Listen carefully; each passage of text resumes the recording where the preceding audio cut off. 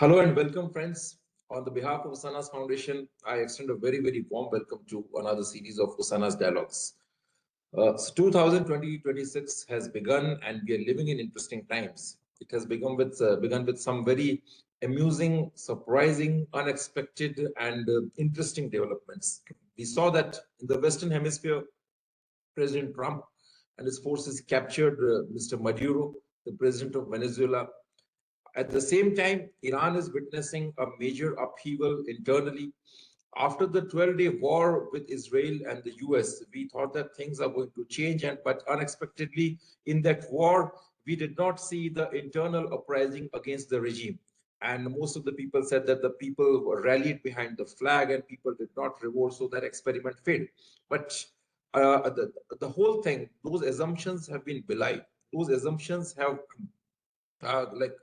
have been exposed, and today we see the local population in Iran were totally frustrated with an extremist regime, with a regime that intends to run the society, state, governance, and even the personal aspects of human life through the dictates, totally in line with the Sharia and not in alignment with the modern civilizational ethos. Besides, the government that supports an array of proxy terror groups in that entire region and has been creating a sort of turbulence and instability in the entire Middle Eastern region and beyond with its terrorist proxies, is facing its biggest existential challenge from its own people. So now the question really arises, what's going to happen? Besides that, we are also seeing that in Gaza, there are plans to change, plans toward the reconstruction. Trump has announced the Board of Peace. Almost 50 countries were sent invitations, but there are a lot of complexities, and not many of the prominent countries from Europe, from South Asia have joined. We see that the countries from Middle East have mostly joined the group. And there are a lot of questions pertaining to the future of Trump's Gaza plan. And most importantly, on the success of this Trump's Gaza plan hinges the future stability of this region. So what I want to say is that we are going through a very interesting period, which is full of turmoil and turbulence, and there are a lot of geopolitical developments with a very strong streak of interconnectedness. But today we are going to discuss about the future of the Gaza plan and the Trump's entire initiative of Gaza's Board of Peace and all. So today we have a very learned expert with us today, who is from that region, who is from Israel and has decades of experience dealing with counterterrorism, who is going to enlighten us with her insights and on the insights on the ground situation there and also the future trajectory of this plan. So I would like to give a very warm welcome to Lieutenant Colonel Avital Leibovich. Please correct me if I'm pronouncing it wrongly. Okay. So Lieutenant Colonel Avital Leibovich has been the director of AJC Jerusalem since 2014. Lieutenant Colonel Leibovich is an expert in Middle East and Balkan diplomacy and in geopolitical strategy. She has worked closely with the ambassadors and diplomats in Israel and abroad. So a very warm welcome to you, Avital, if I may address you like this. Yes. Thank you. So thank you. And so without I would say wasting much time, we will straight away begin with the questions. So my first question is, how could a Board of Peace address the region's chronic cycle of wars, ceasefires, and unresolved conflicts? Can such a body function in a region marked by deeply ideological, sectarian, and geopolitical rivalries? So first of all, it's good to be with you all, and thank you for the invitation. Speaking to you from sunny Tel Aviv in today's morning here in Israel. First of all, the word peace, we say it in a random way, the Board of Peace, but in reality, the word peace has not been here with us for many, many years. So there's something about setting the mood and using the right terminology instead of wars and bloodshed. We're talking about peace. This is something positive. Having said that, I am not sure that this will impact the region in the same hope that is expected. This is far to be seen. We are really in first stages. The Board of Peace has been signed and declared only in September. So only 4 months ago, we are repeating it as if it exists for years and years, but it's only 4 months. And in the 4 months, we have a major achievement, which is the release of 20 living hostages, which obviously you can imagine created a huge optimism here in Israel.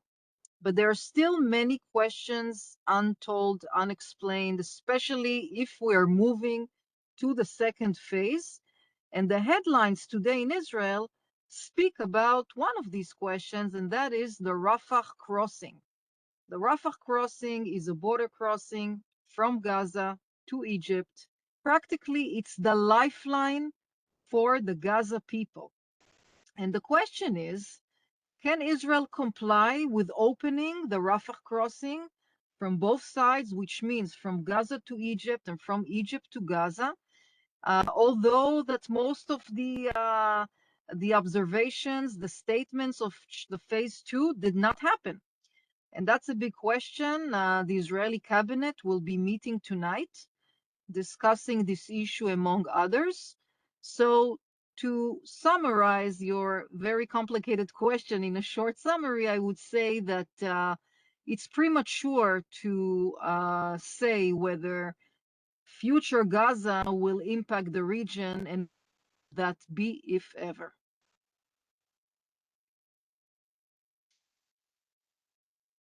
You are So you muted. are on mute. Thank you very much, Colonel Avital, for just laying the background of today's discussion. And so my next question is about the de-weaponization of Hamas and Hezbollah. So I believe that, as long as these terrorist groups continue to function and continue to wield weapons, it's very difficult. It's almost impossible to go ahead with the Gaza peace plan or the reconstruction. But do you think it's even possible? I mean, how do you make them surrender their weapons? So first of all, let's give you some ideas about the numbers, what kind of numbers we're talking about. So in Gaza, you have a few terror groups. Hamas obviously is the biggest one.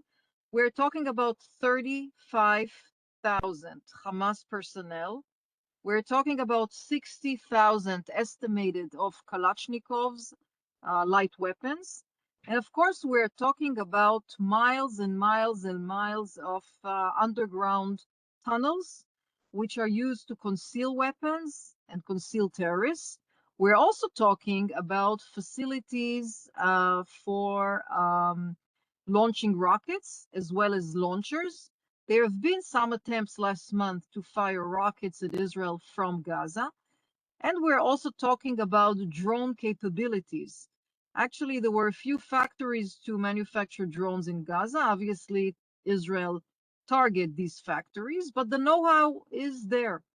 And so we are basically, when we look at these numbers, we're looking at the barrel of explosives in Gaza. So the question is, what will Hamas do next? Obviously, it's not in Hamas's ideology to disarm. It's against the ideology. So they're trying to do a few tricks. Trick number one, which already we have seen, declare that they are actually a political party. It's true that they have political influence and they're a party, but the ideology is the same ideology for the party.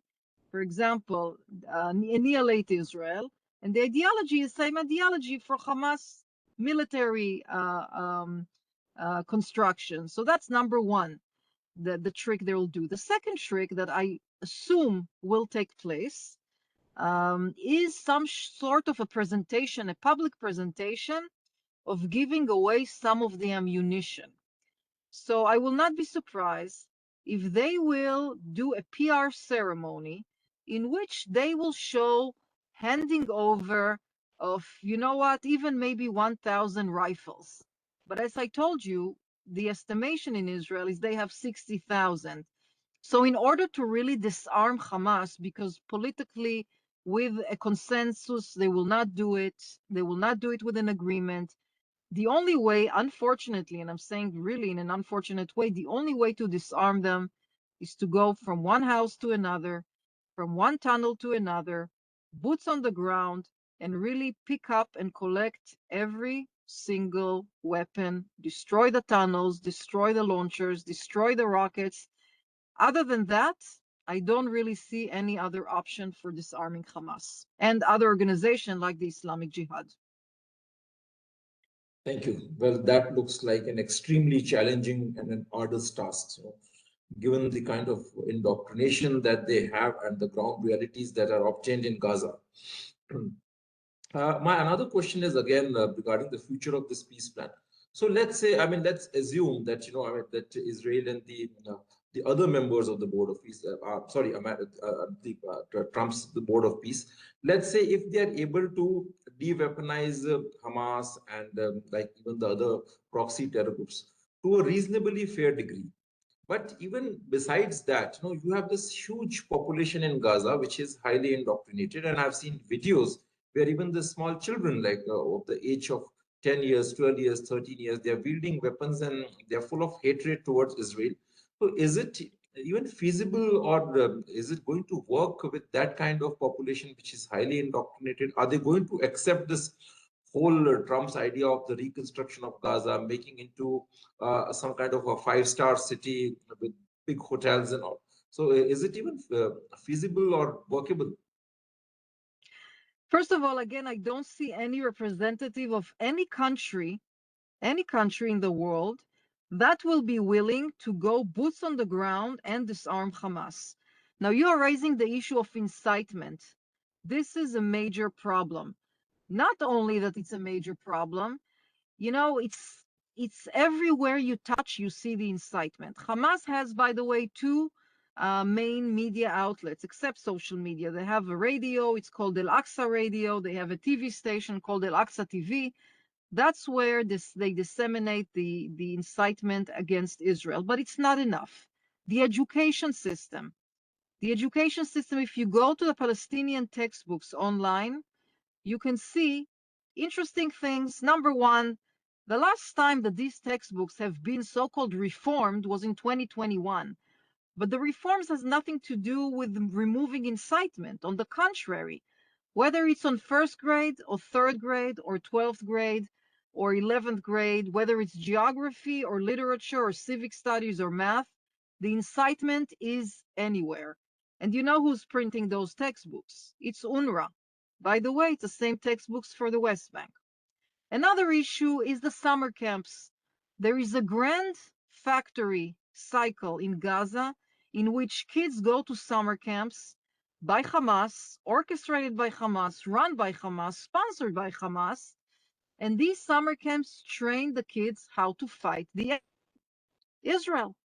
So the indoctrination goes across many platforms, education, media, preachers in mosques, and so on and so forth.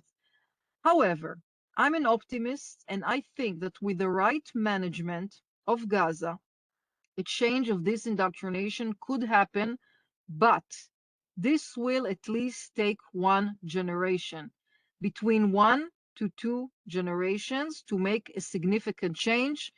Therefore, all the talks referring to the day after, the week after, the year after are really not relevant. The education process here will be very, very lengthy.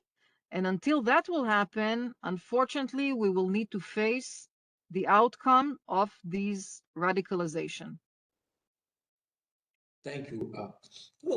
From what I understand from your recent remarks is that this whole idea of the Board of Peace and Reconstruction looks like a very long drawn process. And this is something, which takes decades, maybe generations. We have seen that in Kashmir as well. Like after the abrogation of Kashmir special status, the Article 370, the radicalization levels are still prevailing. They are rampant. In fact, indoctrination is rising up, and many experts, the watchful people, they observe that it will take at least 1 or 2 generations to get rid of this. Likewise, even in the case of Gaza, I think that this whole idea of reconstructing, building it into some kind of a big city, it looks like a plan which generally becomes successful in the overall environment of peace and stability. But what we see in Middle East right now is, much more geopolitical turbulence and instability. So, I mean, how do you look at this? I mean, because this is contradictory. This whole Gaza peace plan, this reminds me of, post Second World War Marshall Plan of the United States and all those, reconstructive construction arrangements and the development aid. But the overall geopolitical environment is not conducive to that. We are seeing different, kinds of troubles emerging in places like Iran. In Syria also, we have almost a jihadi terrorist wearing a suit who is the president of Syria, and then talks of Islamic NATO coming up. So there's this mutual contradiction. So how do you look at that? I mean, I actually agree with you on the Marshall Plan analogy, because at the end of the day, people will need water, people will need energy, people will need food, people will need to make a living, people will need hospitals and education. So there will be a place to all of these facilities to be rebuilt. There is no question about it. The question is who will provide the funding and who will be there to monitor the situation. Now, I'll tell you honestly, I think that we've heard talks like, well, the US will lose interest. Remember, there were talks like that a year ago or 6 months ago. And actually, we see that not far from Tel Aviv, there is an American command center that has also representatives from 27 countries who are part of this mechanism. And we saw in Davos the ceremony with so many countries committed. So the question is, will they be committed only to ceremonies and to signature on papers? Or will they be really active on the ground? Because if they will not be active on the ground, we won't be able to implement this Marshall Plan. Now, obviously, the Middle East today is not in the same place where it was just 2 years ago.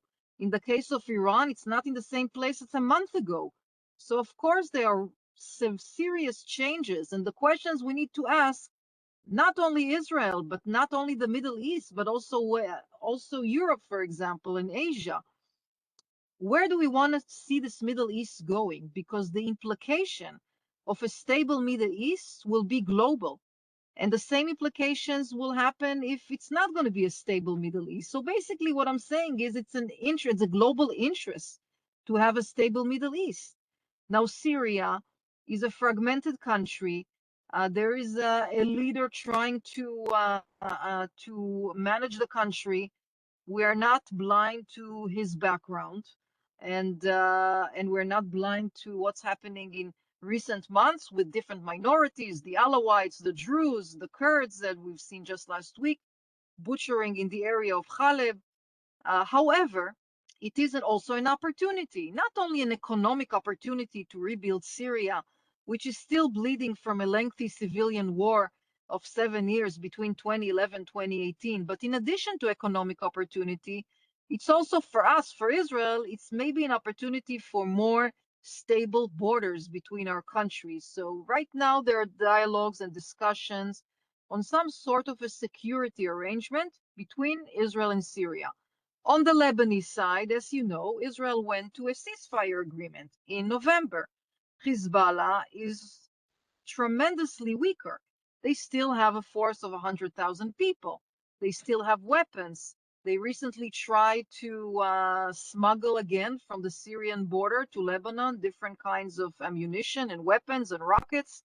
And Israel is trying its best to eliminate these efforts. But the Lebanese government also has a responsibility. Will they be strong enough to continue the weakening of Hezbollah and maybe open new horizons for the relations with Israel? In December, let me tell you, there was a historic month because there were two meetings between Israeli officials and Lebanese officials about economic issues, not about security. So that's also some sort of a promise. Look, the distance between the border of Israel and Lebanon and Beirut is just an hour and a half driving. Imagine the potential. Tourism, agriculture, water cooperations. There are so much things we could do together. I'm not sure the government is strong enough, but the opportunities are there. The model for all of these situations needs to be the Abraham Accords. Now, I'm aware that we do not have We did not have war situations or enemy status with the Abraham Accords countries like we have with Lebanon and Syria. But the economic potential has been tripling every year since the Abraham Accords have been signed in 2020. And everybody is benefiting from these economic benefits. And the countries here in the region have the choice whether to be a part of that success road or continue with wars and arming the terror militias that they have in their countries. I'm sure they prefer the first option, but are they strong enough to do it? Alone, for sure, they're not strong enough. America is trying to help. Moderate Arab countries are trying to help as well, but this is still a lengthy process. Thank you. Thank you very much, Avital. You raised a very important and a very critical point about the stability in the Middle East, the overall stability. And the question needs to be asked to the Europeans, to South Asians, and the other global stakeholders also. Besides that, you mentioned that the Abraham Accords and the connectivity projects that are coming up in the region, they'll bring immense economic benefits and opportunities. Now it's up to those countries to whether to get those economic opportunities or get swayed by the proxy terror groups. But before I move on to my next question, I would like to share some thoughts on this. I believe that the stability in Middle East has two dimensions. One is a geopolitical dimension, and the other one is religious ideological dimension. As far as geopolitical dimension is concerned, certainly there can be tactical arrangements, consensus can be arrived at by negotiations, by economic interchanges, exchanges, and even by bringing some, like I would say, economic projects, which bring benefits to people. But the other part, the ideological part, the religious ideology of jihad, which inspires most of these terror groups, and also an overwhelming number of people in some of the Arab countries, that is very difficult to handle. And that ideological part does not see any economic rationale or even geopolitical rationale or even any kind of modern, I would say, rationale. They're totally blind to that. And we must understand that part is very important, because if you look at the Hamas covenant and charters, even for that matter, Hezbollah and their backers in the Iranian regime, the religious ideology is very critical to them. So, I mean, I just wanted to say that, I mean, as long as we're not able to deal with that ideological part, it'll be very difficult to get the stability. Now, coming on to my next question, I'll take you a bit away from Gaza and talk about the, I would say, larger geopolitical developments that are happening in the region. So we're seeing what's happening in Iran, and still there's a lot of confusion whether the Americans are going to attack or not. What's your take on this? What's going to happen in Iran? So, it's very challenging to predict, what will happen in Iran, but let's look at the situation right now as has been in the ground. First of all, the demonstrations, the protests started approximately 1 month ago. In the beginning, by the way, if you remember, it was mainly protests based on economic conditions. In other words, the people in Iran don't have water, as you know, the food that they don't have enough money to buy the supermarket on that sense. They have they're struggling with a day-to-day life. But very quickly the protest moved from economy to the regime. And then we have seen the cries in the protests, death to Khomeini, to Khamenei, death to the dictator. And the estimation is that approximately 500,000 people went to protest in nearly 200 locations all over Iran, and we know how big Iran is. Now, having said that, it was just a matter of time that the regime would take out the heavy guns and use them. And we've seen the horrific pictures, the horrific images. To the best of my knowledge, President Trump did want to target Iran, and you heard the statements about help is on the way. And he did mean it. He did mean to attack Iran, and help is on the way. But the attack that he wanted to implement is different than the attack that is needed really to cope with the situation, and I'll explain. The rhetoric of the president, of President Trump, talks about victory, talks about peace in the Middle East, great achievements, but this could not be done in an attack of a few hours.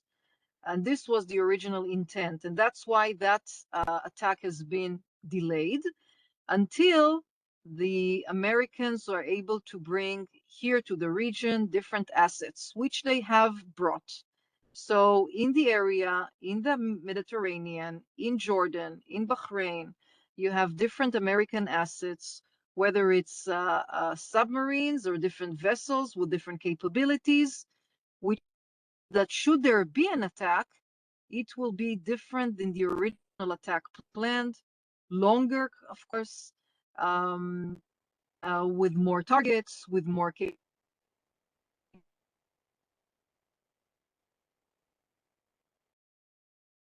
this thing need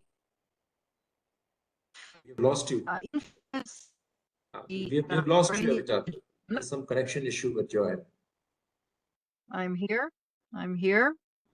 Can you hear me yes, now? Now I can see you here. Yeah. Sorry about that. It didn't move.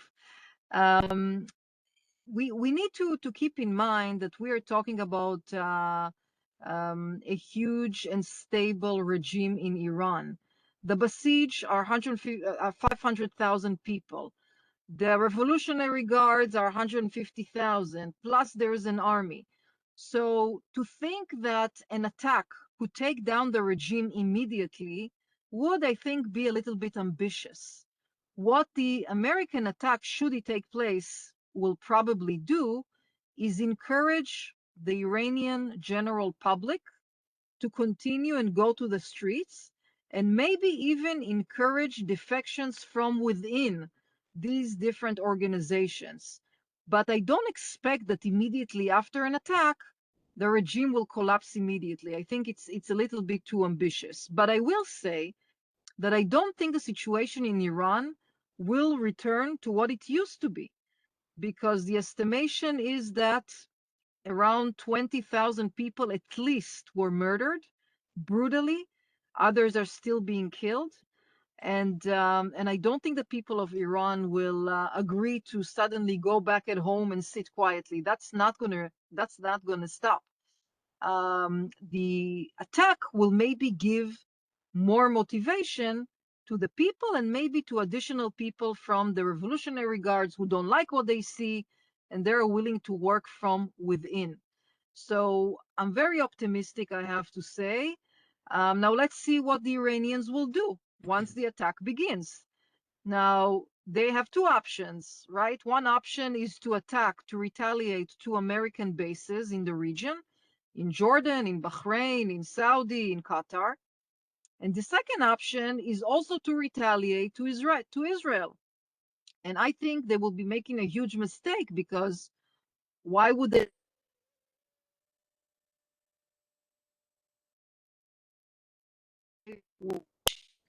We lost you. the Israeli capabilities? Avital, again, there's some connection issue. We lost you again.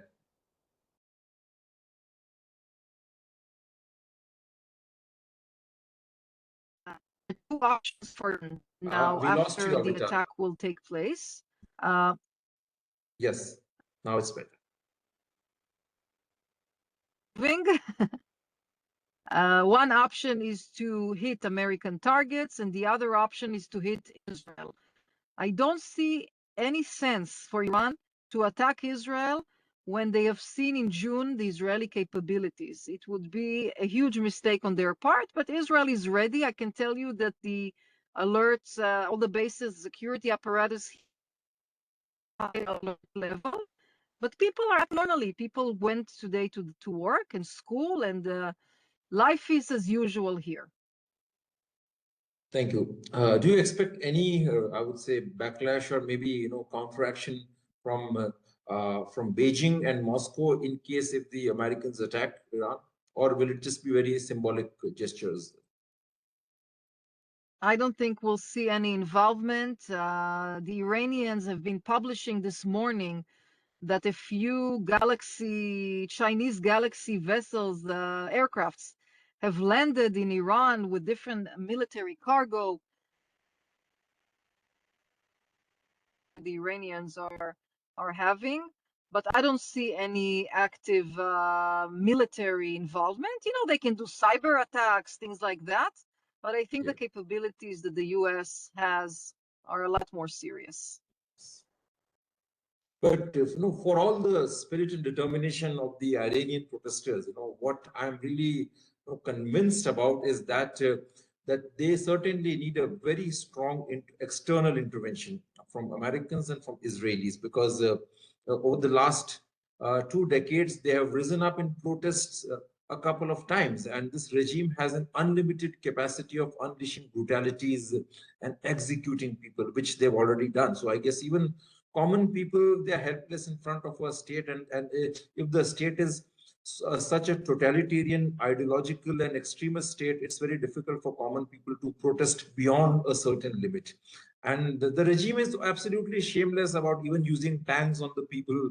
So I think this time a very strong intervention will be needed, and perhaps the stakeholders, that is Americans and Israelis, they must really plan something on a longer term, because if this regime survives now, certainly it's going to consolidate, and it'll be much more emboldened. And like the way, I'll just draw a striking parallel with the Taliban. So in Afghanistan, it was purely because of the, I would say, American ignorance of how Pakistanis were supporting Taliban. And they basically allowed Taliban to sustain, survive, and prevail. And finally, they came back to power. Now, Talibanis are strongly convinced that it's because of their religious dedication and the blessings of Allah that they could defeat the Western power, and they are back into the seat of power. And now they have the mandate to unleash more brutalities. Likewise, Iranian regime is also a religious regime. So in case it, hypothetically, if it survives, it'll be much more emboldened to pursue its extremist objectives. Okay? So yes, coming to my last question, that so we are hearing about the emergence of the Islamic NATO in the Middle East. Saudi-Pakistan axis has already come up, and now whatever little expectations that we had about the Saudis joining the Abraham Accords, although I was always very apprehensive about it, so those expectations are dashed to the ground. Another interesting character in the Middle Eastern landscape, and that's the Islamist regime of Turkey. They are also likely to join the so-called this axis, and Turkey is an adversary of India, Israel's foe. So now, how do you look at this, this whole emergence of the Islamic NATO in the Middle East and the future of Israel? Yeah, it's a very, very disturbing issue. You're right to mention it. I remember the years in which an Israeli general would pick up the phone and call his Turkish counterpart. All of these Turkish counterparts for the last 15 years are in prison. So obviously the Turkish government took a very, very extreme direction. Erdogan is speaking in a very anti-Israeli rhetoric, sometimes even anti-Semite rhetoric. And basically, the entire country has been going through some sort of an Islamist conversion in the last 15 years or so. By the way, it was one of the most wanted tourist destinations for Israelis, because Turkey is just 1 hour flight from here. But that has stopped when the relations deteriorated. Unfortunately, Turkey is in a very geostrategic location. So you cannot underestimate the importance that Turkey has in the region. However, we see Turkish, I would say, motivation to increase their footprints in the region. And the joining Saudi-Pakistani strategic alliance is one way they go. But another way they're going, northern Syria. And not only northern Syria, the new regime in Syria has been already given some presence by Turkey, like armored vehicles, for example, and different kinds of other military assets. So they're definitely trying to be influential here in the region. At the same time, they're part of NATO. So as if, you know, they are actually belonging to the moderate group of countries. And this is quite critical. Israel's answer to this, by the way, is actually built a new alliance. It's not new anymore, but it has been existing for the last 14 years. And this is the alliance of the East Med. We're talking about Greece and we're talking about Cyprus. And these are ongoing conversations and meetings, even strategic relations between the militaries, joint trainings, of course, gas and other economic projects which are going on. At the end of the day, I'm looking at the future. And Erdogan is not a young man. And we know what happened in the last local elections in Istanbul. And an opposition guy won the elections. Unfortunately, Erdogan threw him to jail, unfortunately. So changes may happen. It may happen to the worst. In other words, a more radical person who will lead Turkey than Erdogan, or may have, like his son, by the way, Bilal Erdogan, who is raising him for the same rhetoric, or maybe there will be another moderate voice that will be leading Turkey. But until that happens, Israel will increase as many allies it can in the region and remain a regional power having a military edge. Don't forget that at the end of the day, we are the only country in the region that has certain military systems like F-35s and their inside technology is only Israeli technology, and the defense system that only Israel has and other capabilities as well. So Israel will need to continue and keep that military edge until the situation here stabilizes. And again, this may only happen in the far future. Thank you, Colonel Avital. In fact, you just mentioned about this new alliance between Greece, Israel, and Cyprus. I would like to mention here that basically this whole idea uh, cropped up. I mean, it kind of, I would say, germinated at one of our first Maharana Pratap annual geopolitics dialogue, in which the Israeli ambassador to India came, and then after that, I also made a visit to Israel. Gave a detailed presentation on Turkey's Islamist activities in India, and we explored the possibility of this idea of, I would say, Greece coming along with India, and Israel is India already India's great friend, and Cyprus, and at least some sort of a I would say Mediterranean South Asian alliance to counter some of these radical Islamist countries. And here I also see the possibility of Armenia joining this, particularly if this regime in Iran collapses. After that, I think that, I guess, Israel can slightly venture beyond the purely tactical, I would say, calculations, and get along Armenia on board, because Armenia is also facing a similar kind of threat from Turkey and Azerbaijan. So right now, not many people talk about the Islamist content of the threat Right. that Armenia faces, but definitely Erdogan's regime has that ideological element very strong while it deals with its neighbors. So thank you very much, and thank you for joining us today. We look forward to inviting you more often to our online and offline events. And I would also like to thank all the participants today, Usana's Foundation's team, for organizing this amazing, scintillating, and exciting discussion. Interesting things are happening around us. We are living in very interesting times. Definitely, history is unfolding in front of us. So we look for things, we wait for things, and we observe things. Thank you very much. Thank you.